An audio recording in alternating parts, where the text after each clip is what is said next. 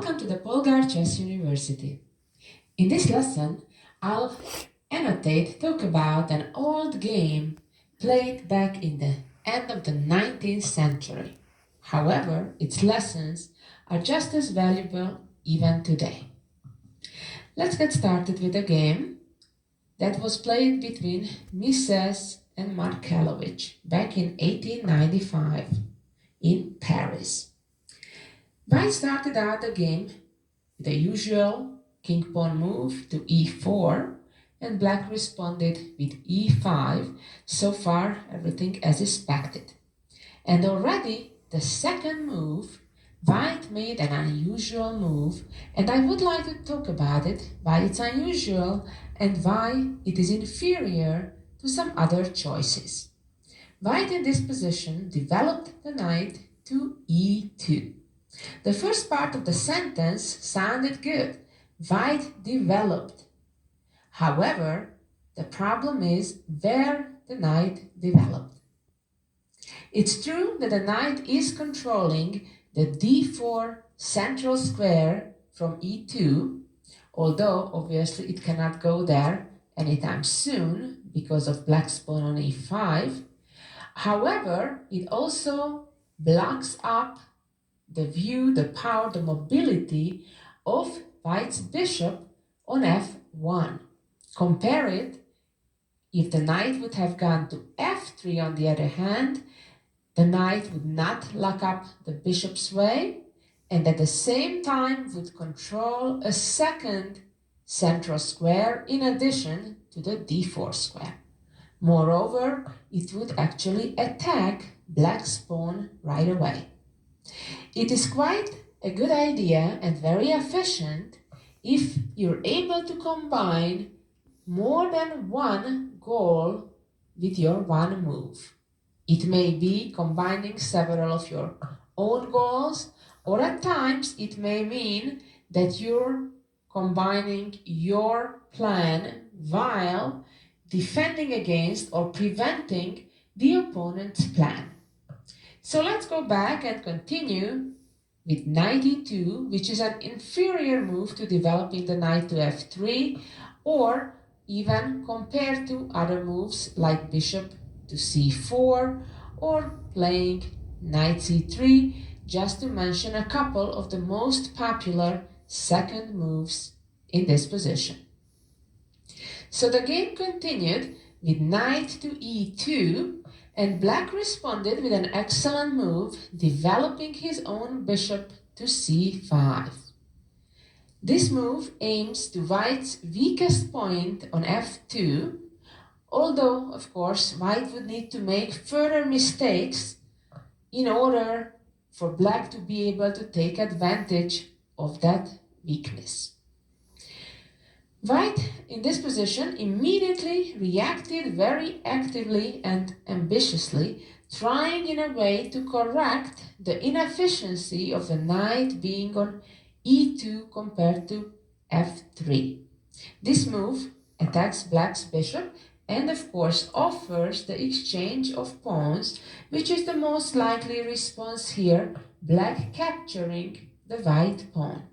And now the idea is that the white knight got to d4 to a central square anyway, and one may think it didn't matter whether the knight chose the route of going to f3 and then d4, or instead, as in the game, to e2 and then d4.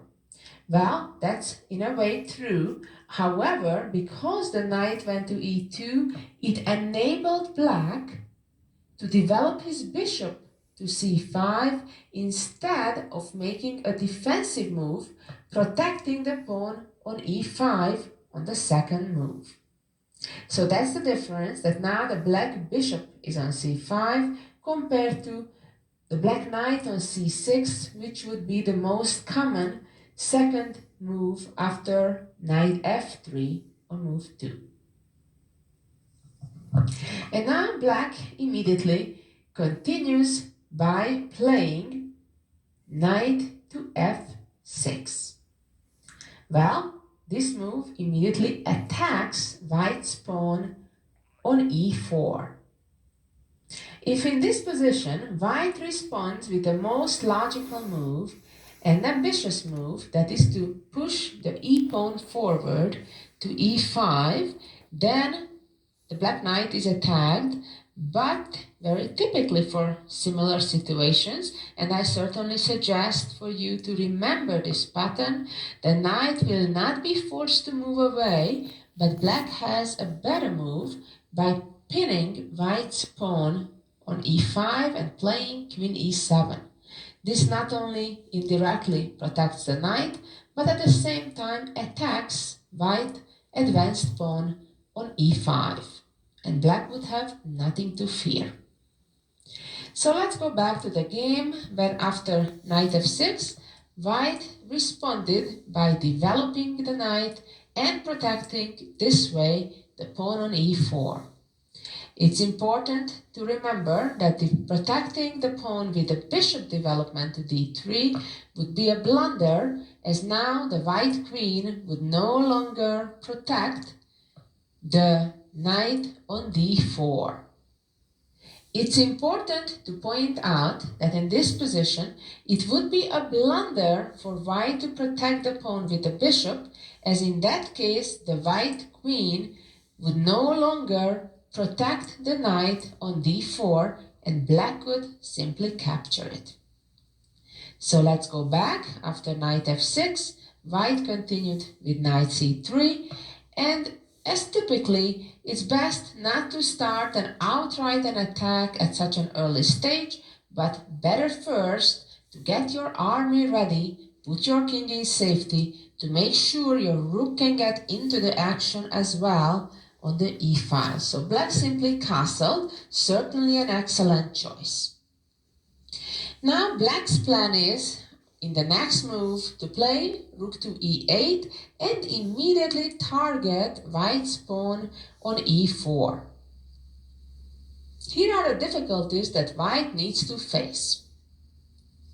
On one hand, that if after that rook move, white would try to protect the pawn on e4 with the bishop to d3, that would fail for the same reason as we saw in the previous variation, because the knight on d4 would be hanging.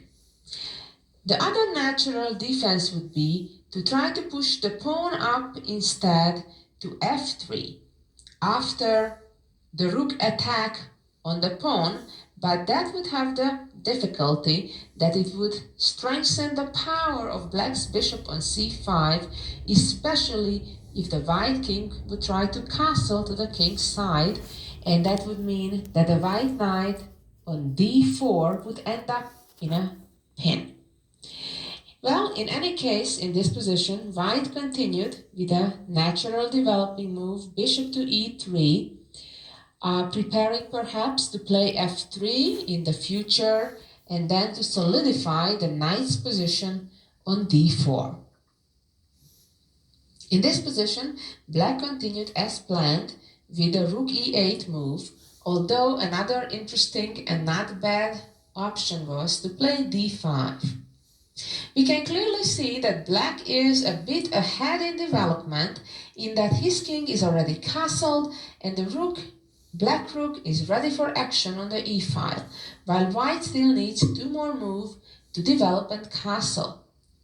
And that is why it is a good idea for black to try to immediately take advantage of the temporary problem that white has, his king being still in the middle, potentially in the target of attack on the e-file. So black continued with rook e8, probably the best option, immediately going after the e4 pawn. Now, if white would indeed protect the pawn with f3, then d5 is a really good looking move, because now if pawn would take, of course, the bishop on e3 would be hanging, and that would be sad news from white's perspective. White played an ambitious move, bishop to c4, which indeed does not directly protect the attacked pawn on e4. However, it indirectly protects it. For example, if knight captures on e4, then knight would capture, rook captures, and now because the rook as well as the bishop on c5 are unprotected, it enables white a little combination by sacrificing his own bishop, and then if king captures back, white has a pleasant choice between forking the black rook and king, or even forking with queen h5 and forking the rook later, both giving white a clear advantage. So going back to this position, black smartly wasn't greedy and grabbed the pawn on e4, but instead continued with bishop b4, which creates a pin over the white knight on c3. So now black indeed threatens to capture the pawn on e4, or in some cases first trade on c3 and then grab the pawn on e4.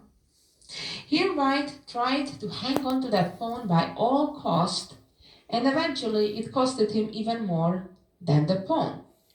And here white continued with the most natural move, that is to protect the pawn with f3. But this was a serious mistake because now, because of the unfortunate positioning of all the minor pieces of white, given the exact situation, white gets in serious trouble. And the trouble is that black has a beautiful pin by the bishop as well as the rook. So you always have to be very careful in leaving your pieces in pins and on top of it on unprotected squares. That is why right now black was able to continue by playing d5, a very powerful move, on one hand attacking the white bishop on c4, on the other hand also attacking the pawn on e4.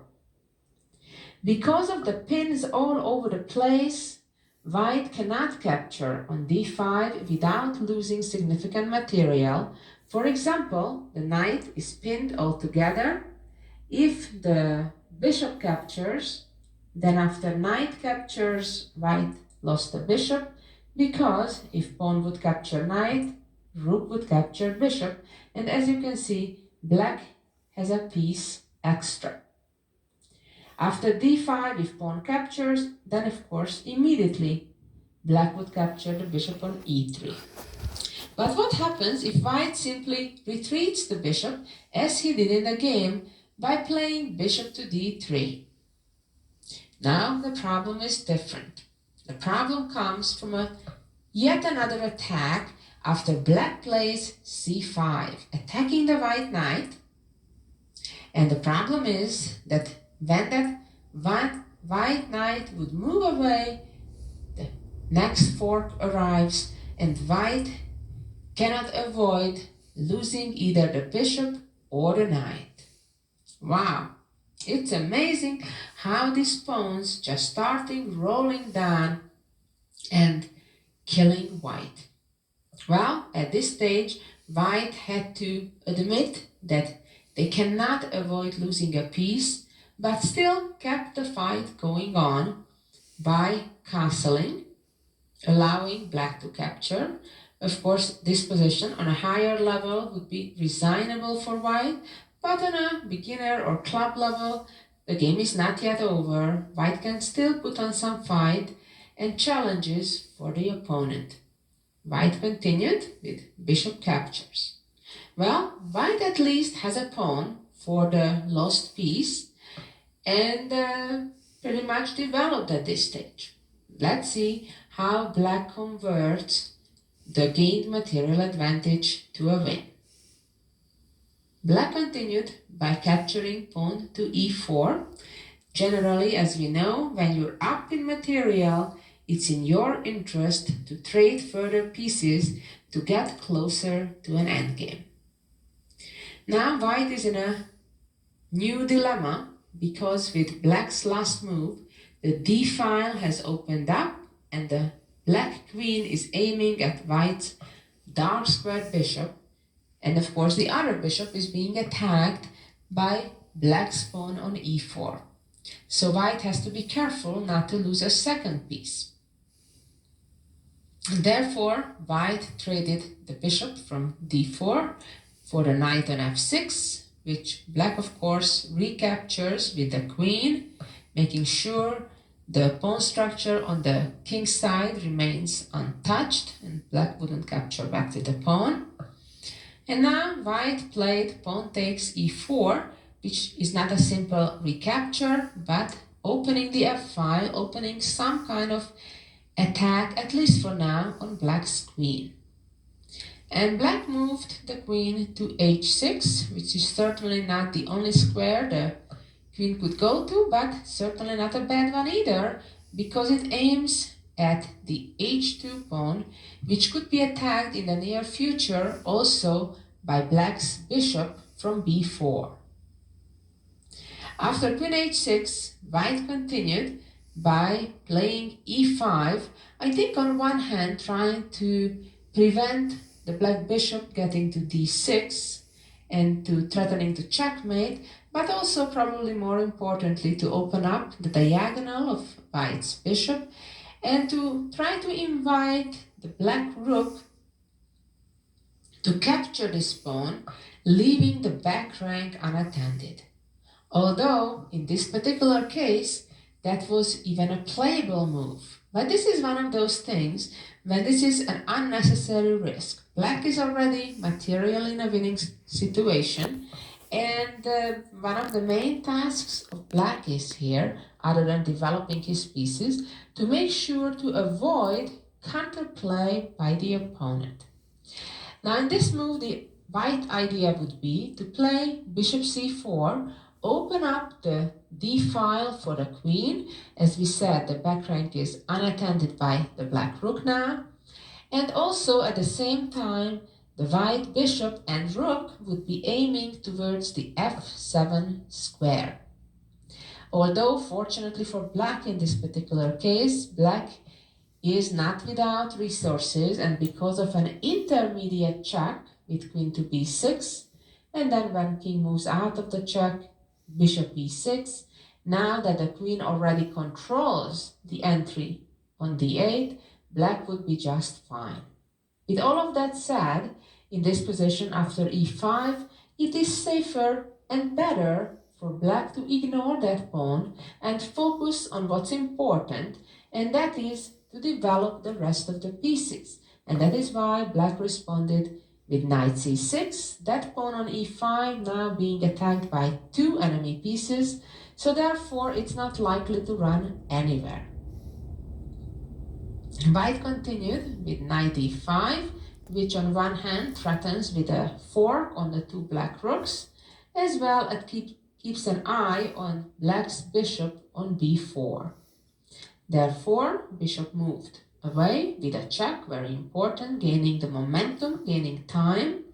King moved out of the check, and now that the d-file is already locked up by white pieces, the black rook would safely capture the pawn on e5. Remember, again, this is a multi-purpose move. On one hand, the black rook moved out of the fork danger of the knight with knight c7, and on the other hand, it grabbed the pawn on e5. And third of all, it attacks, by the way, the white knight on d5. White continued with knight c7 anyway, attacking black's rook, and the rook moved to b8. It's worth mentioning that the d8 square, remember, that could be a potential entry point to the white queen once the bishop would move from d3, is now guarded by black's knight. So black is not even in the shadow of danger there.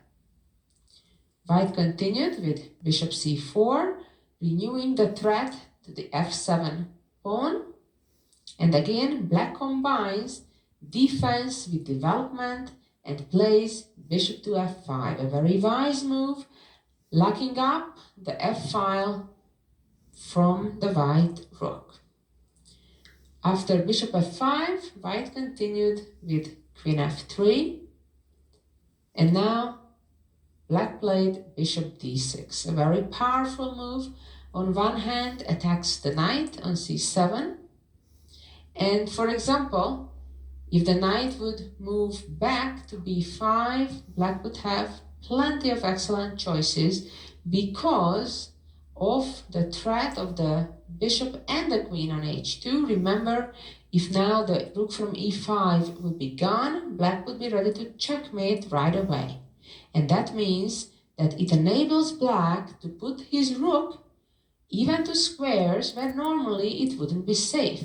Like, for example, capturing white's knight, and then if bishop takes checkmate, or after knight b5, putting the rook, for example, on e3. Again, same idea, even though the rook is on an unprotected square, the threat towards h2 has been renewed, and if queen captures rook, then black checkmates immediately. And of course, white does not have the time to capture black's bishop on d6, because then the queen would be lost on f3. Ultimately, in this position, white is in a very major trouble, because at least they are about to lose a second piece, the knight on c7. And of course, white's choice of move, rook a to e1, wasn't any better, because now black simply captured the rook, and after rook takes back, the game ended with queen h2. Well, a very instructive game, and let's summarize what we learned through this lesson. Generally, try to develop your pieces in the beginning of the game in a way that they control as many of the central squares as you can. The second lesson, don't put your pieces in a way of one of your other pieces. And I'm primarily talking about the minor pieces here, your bishops and knight. They should get developed in coordination so they don't stand in each other's way. The next important lesson is, try to make sure you don't get into pins, or if you have no choice, try to get out of it as soon as you can. Another problem that white faced early on in this game, that he left his bishops on unprotected squares. It's a good idea to keep each of your pieces protected by another piece. That's typically a sign of good development.